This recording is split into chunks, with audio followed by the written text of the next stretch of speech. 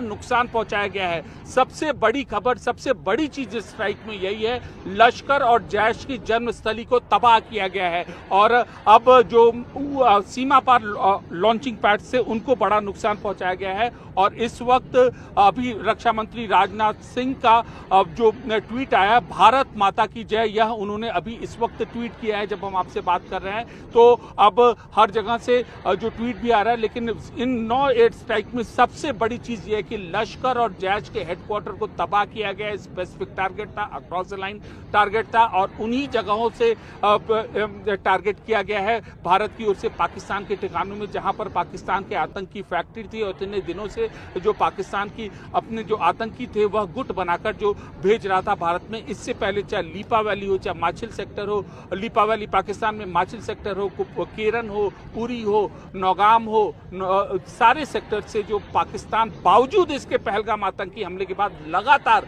8 से 9 दिन से गोलीबारी कर रहा था। मंशा देखिए, लगातार 8 से 9 दिन से वह गोलीबारी कर रहा था पहलगाम आतंकी हमले के बावजूद भी। उसकी नीयत साफ थी, नीयत यह थी कि किसी तरीके से आतंकियों की घुसपैठ करें। और खबरें तो ये भी आ रही है कि पूरे पाकिस्तान में और पाकिस्तान के बहावलपुर इलाके में ब्लैकआउट हो गया है, क्या इस पर कोई जानकारी? और बाकायदा ये भी कहा जा रहा है कि मस्जिदों से वहां पर अनाउंसमेंट किए जा रहे हैं कि भारत ने अटैक कर दिया है, आप अपने इलाकों को खाली कर दें। बहावलपुर वो इलाका है जहां पर अटैक हुआ है और वहां कंप्लीट ब्लैकआउट हो गया है। अमित, कोई जानकारी इसके बाबत?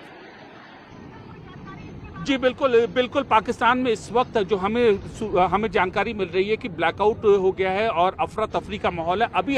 अभी डीजी ISPR का ट्वीट आया है, उसमें कहा है India has struck 3 places from air, Bahawalpur, Kotli and Muzaffarabad. देखिए, बहावलपुर, कोटली, मुजफ्फराबाद। बहावलपुर जैश ए मोहम्मद का हेडक्वार्टर, मौलाना मसूद अजहर की आतंकी फैक्ट्री। कोटली लश्कर का बहुत बड़ा हेडक्वार्टर।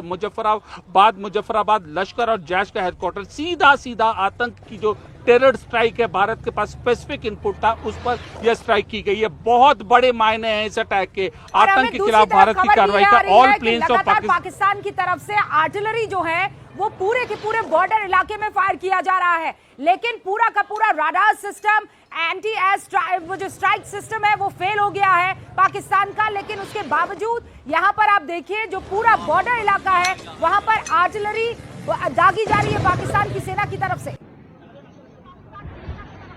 हाँ जी बिल्कुल, देखिए पाकिस्तान की ओर से न केवल आज बल्कि पिछले 8 दिन से यह आर्टिलरी दागी जा रही थी। तो इसके पीछे पाकिस्तान की सोची समझी साजिश थी, इसलिए सोची समझी साजिश थी पाकिस्तान की क्योंकि वह गोलीबारी की आड़ में घुसपैठ कराना चाहता था। गर्मियां शुरू हो रही हैं, ठंड खत्म हो रही है, बर्फ पिघलने का, खैर ये तो अलग बात है। लेकिन फिलहाल अभी एयर स्ट्राइक से जुड़ी अहम चीज ये है कि ISPR ने जो यह ट्वीट किया है कि all planes of Pakistan air force are airborne, all strikes were made by India from its own air space, Pakistan will respond to it time and place of its own choosing. It will not go unanswered. The temporary pleasure of India will be placed enduring grief. Pakistan की यह गीदड़ भपकी है, लेकिन जगह देखिए, जगह बहावलपुर, कोटली, मुजफ्फराबाद, यह जो पाकिस्तान ऑक्युपाइड कश्मीर के जो कैंप्स हैं वह है टेरर टारगेट है। ये इस एयर स्ट्राइक की सबसे बड़ी चीज है। जैसा कि हम यह बार ये कह रहे हैं, पाकिस्तान को उसी की भाषा में करारा जवाब था। भारत के पास सूचना थी पहलगाम आतंकी। हमारे साथ इस वक्त सपना भी मौजूद है, हमारे साथ इस वक्त भवानी सिंह भी मौजूद है